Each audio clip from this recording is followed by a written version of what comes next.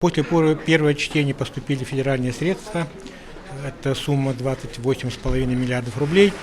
Из них 18 миллиардов рублей, 15 миллиардов рублей это дотация на выравнивание бюджетной обеспеченности, это до распределения 30% дотаций, которые предусмотрены с федерального бюджета. Плюс получили на повышение заработной платы дотацию 2,5 миллиарда рублей. И надо отметить большую работу, плодотворную работу правительства республики, которая добилась субсидий на сумму 7,5 миллиардов рублей. Притом это то, что касается в том числе онкоцентра, да, вот решение уже принято, 1,5 миллиарда рублей к нам уже поступили, 1 600 000 рублей поступило на сельское хозяйство.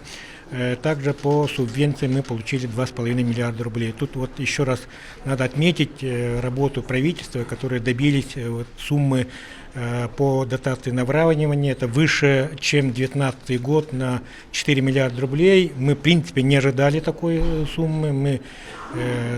Желание было хотя бы получить уровень 2019 года, но, в общем-то, усилия нашего главы и правительства достигли своей цели, и мы получили на 4,5 миллиарда рублей выше. Также мы получили, вот, как я уже говорил, 2,5 миллиарда рублей на софинансирование, повышение заработной платы бюджетных работников.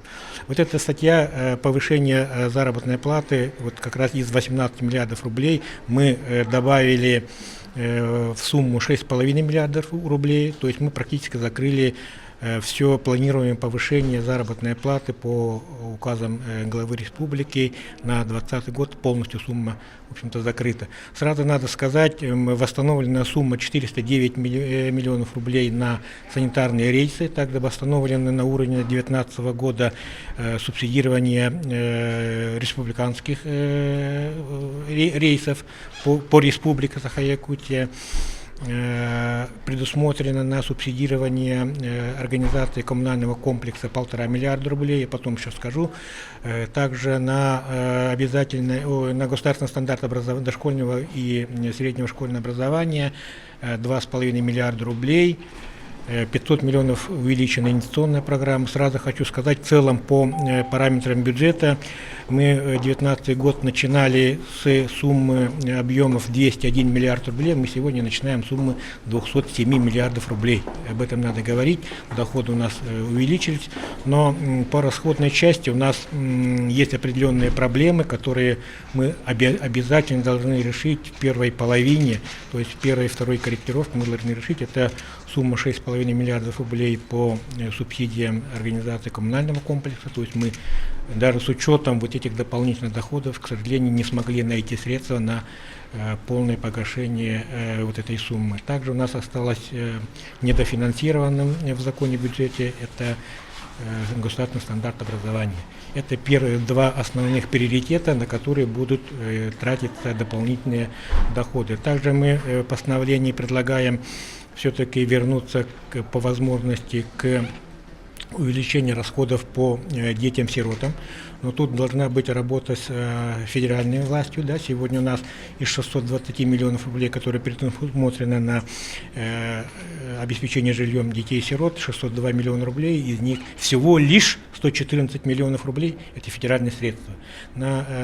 Уже на федеральном уровне, и Валентина Ивановна Матвиенко уже об этом говорила, это государственная задача не только регионов касаться, это в первую очередь должно касаться федерального. То есть финансирование со стороны федеральной власти должно увеличиться. Мы надеемся, в течение 2020 года мы получим дополнительное финансирование. Насколько мы отработаем с правительством Российской Федерации, Государственной Думой, эта сумма должна быть увеличена. Поэтому мы ждем именно в первую очередь со стороны федеральной власти софинансирования вот этой части. Также мы предлагаем предусмотреть по возможности, закрыв первые два приоритетных направления, вернуться к строительству инфраструктуры для многодетных семей. Сегодня у нас 203 миллиона, в общем-то, сегодня уже в законе уже сидит. Дополнительно пока мы, к сожалению, не изыскали, но мы надеемся, в течение 2020 года все-таки такая возможность у нас появится. В целом, я считаю, что работа и парламента республики, и правительства в согласительных комиссиях принесло определенные плоды. В чем я это вижу? Во-первых, мы получили дополнительный доход от федерального бюджета по результатам работы правительства. Также приоритизация расходов в общем-то, и как правительство, так и парламента совпадают. Мы, вот поправки народных депутатов, они корреспондируют с поправками правительства. Вот это меня, в общем-то, довольно-таки сильно радует. Если говорить по инвестиционной программе, оно у нас сегодня составляет 28 миллиардов рублей. Помните, 2019 год мы закончили в сумме 25 миллиардов рублей, из них сумма из республиканской бюджета составляла 11 миллиардов рублей, а начинали мы республиканскую сумму от 7 миллиардов рублей. Сегодня мы уже начинаем сумму с 11 миллиардов рублей, хотя сегодня основное направление инвестиционной программы закончить те объекты, которые сегодня начаты. И отрадно говорить о том, что вот практически все те объекты, которые бюджетный комитет при принятии бюджета предлагал правительству решить, это школа в Кусюре, она сдала, да, в Булунском районе, вот северные школы, которые являются очень дорогими.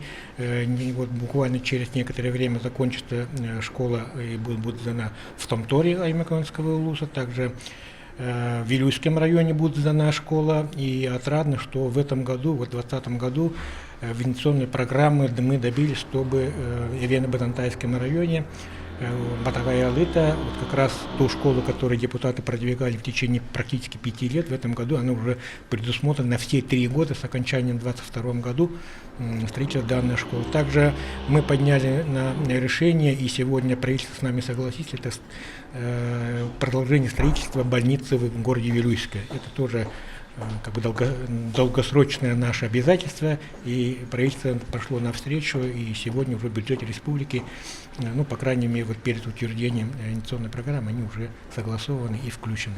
Поэтому хочу сказать, что в целом работа идет конструктивно, поэтому мы надеемся в 2020 году все-таки вот те проблемы, которые я уже обозначил, это субсидии организации коммунального комплекса и госстандарт образования, мы все-таки найдем доходы, дополнительные доходы и закроем эти проблемы.